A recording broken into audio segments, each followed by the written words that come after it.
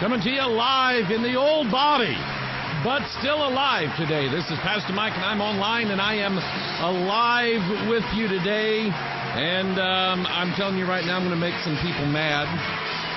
And it may be some of you. Maybe people watching me today, and I'm gonna make you mad a little bit. All right. I want you to consider a verse with me in the Scriptures. Faithful are the wounds of a friend. And I consider a lot of you listeners out there my friends. Some of you I know you're just spying. Okay, you're just watching so you can take something I said and blab it out there out of context and make it sound. And I've had people do that. I've had people take things that I said without quoting me and said, "Did you hear that? He said such and such." And I'm going, "I never said that. That's not what I said." So to the ones out there that are just trolling and you're just looking for fault in me, you don't need to watch this broadcast to find fault in Mike Hoggard. All you got to do is come by one day and I'll tell you a bunch of them, all right? Because I got a mess of them, and they're a mess. But anyway, good to be with you today, and I am gonna make some people mad today. I'm gonna make some people upset, and it's going to be in the way of rebuke and correction and instruction in righteousness, being right, living right, thinking right, saying things that are right, and so on. These are the things that I believe in. Do I do them all the time? No, I don't. I fail. I make mistakes. Sometimes I can be wrong on things. But when I am wrong and I find out that I'm wrong, it's because I did research. I found out what the truth was. And there's a lot of stuff. Anytime something like this happens, like the Boston Massacre and the explosion down in Texas, people are saying it was a missile. I haven't seen the missile video yet. I've seen the video where people says, "That looks like a missile to me." I haven't seen the missile video yet. And so I'm looking for evidence. I'm looking for proof. I'm being like a juror in a courtroom. You give me the evidence, and I'll take a look at it, and I'll make a decision on it. But if the evidence that you give me is a lie, and it's fabricated, and it's false, I won't believe a word you say. Now, here's the interesting thing about a lot of people who are living in the days that you and I are living in, and some of them could very well be you who are listening to me right now. And you follow our ministry, you send me things in emails, or you post them on Facebook, or you send me stuff in the mail. Susan sent me some stuff today that I'm going to kind of package in with everything else. Some gay stuff. No, she's not gay. But there's just some articles here. People send me this stuff, and I really appreciate it. It's very interesting. And it fits in with the theme and the scheme of what it is that we're trying to do. And I'm very appreciative of the good things that people send me. I can't watch everything that's going on. I depend a lot upon what people are sending me and the information that people relay. But here is something, and I have repeatedly talked about this over and over and again, and I'm going to give examples today of what I'm talking about. People will post things, or they'll send emails, not just to me. You sent them out all over the place, and then somebody else sent them out all over the place, and so now there's emails going around that actually have false information in them. They're lies. It's made up stuff. And we who are conspiracy oriented, we pride ourselves and pat ourselves on the back with the idea that we don't listen to what CNN says. We don't listen to faux news. We don't listen to that. We don't fall for their lies. No, you just fall for other lies. And what difference does it make if you think that the talking heads at CNN or CBS or MSNBC or Fox News, you think they're lying through their teeth, and they're government-controlled manipulation programs trying to deceive you into joining the New World Order? What difference does it make if you refuse to fall for their lies, but then go to some of these anti-news websites that have, by the way, these things, I don't know if you notice this or not, most of these things have a ton of advertisements on them. A ton of them. And you know what that means. Every time you click the link in an email that somebody sent you and go to that website, they got paid for that. There's money changing hands here because they had a story that was so fascinating and so diabolical and so earth-shattering. And how could you refuse to go find it out? Well, the advertisers who advertise on these websites pay the guy who runs this website. Every time somebody clicks on that website and their ad's up there, they pay for it. So you think about that. And then you go to this stuff and they make some of these ridiculous claims on there that immediately you jump on it because it's conspiracy related. This is the kind of stuff right here you won't see on CBS. There may be another reason why you won't find this on CBS. Somebody sent me an email, and it had a link to the news conference in Boston.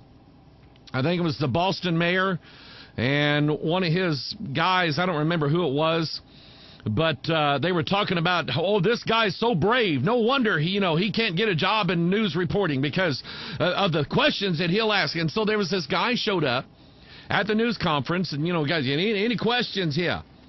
And the guy says, yeah. How come the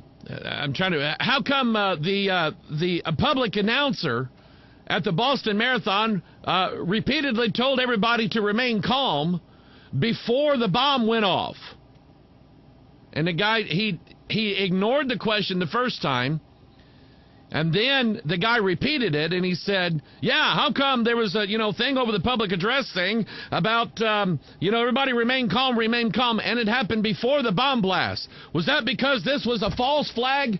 And at that point, the guy says no, and turns his head and answers somebody else's question. Here's the thing. I've watched a couple of videos of the Boston Marathon bombing, and I haven't seen the one yet where the public announcer is telling everybody to remain calm before the bomb goes off. And something like that has one intention. It's to make you think that there was a conspiratorial play in action here. And I'm not saying there wasn't. But it's to make you think there was a conspiratorial play here, and all these people had a script that they were following. They had practiced it, and they had run it through, and they had a script, and there was a thing somewhere where a guy was supposed to say, everybody remain calm, remain calm. He was supposed to say that, and he goofed up and got nervous and said it before the bombs went off. And that's proof that there's a conspiracy. And I've watched some of the videos of the bomb blast taken by people with, everybody's got a camera now. Everybody's got a camera. Taken by somebody holding their phone up, and I don't hear, everybody remain calm, everybody remain calm. I don't hear that. And so I don't believe that. I choose not to believe it because I don't think it's real. Now, I've been posting the last couple days on Facebook and my blog, PastorMikeHoggard.com. I've been posting some of the things that people have been sending me, and, out of courtesy to people who sent it to me. Probably you've got me on your mailing list with 100 or 200 other people, and you didn't necessarily send it to me personally. And so I'm trying to be, what I'm trying to do? I'm trying to be nice to you. I'm trying to let you know that I'm not wanting to come up and slap you in the face about 20 times. I mean, I'm really not. I have a purpose in what I'm doing and what I'm showing you. And undoubtedly, There are some people who are going to get a hold of this broadcast after I'm done with it. We send it up to the internet, and it's going to be put out there for everybody to see. There's going to be people who are going to take clips of this and things that I'm saying and say, see, we told you, Hoggard's in the Illuminati. He is backing up the story, the official story of the government. No. What I'm doing is holding everybody who wants to believe that something is not right. I'm holding you to a high standard. What's wrong with that? Now, I don't have a problem examining everything that comes in. I spent a couple hours yesterday just looking at photographs of the Boston Marathon event, just random photographs that people had posted on Flickr and things like that. I mean, there is probably thousands of pictures of this thing floating around out there on the internet, some yet to be uploaded. And I don't see the conspiracy. I don't see what other people are wanting me to see and telling me to see. Now, that does not mean I do not believe in a conspiracy. And we're going to talk about that today. And I'm going to use this because that's what we're supposed to be using. And I've got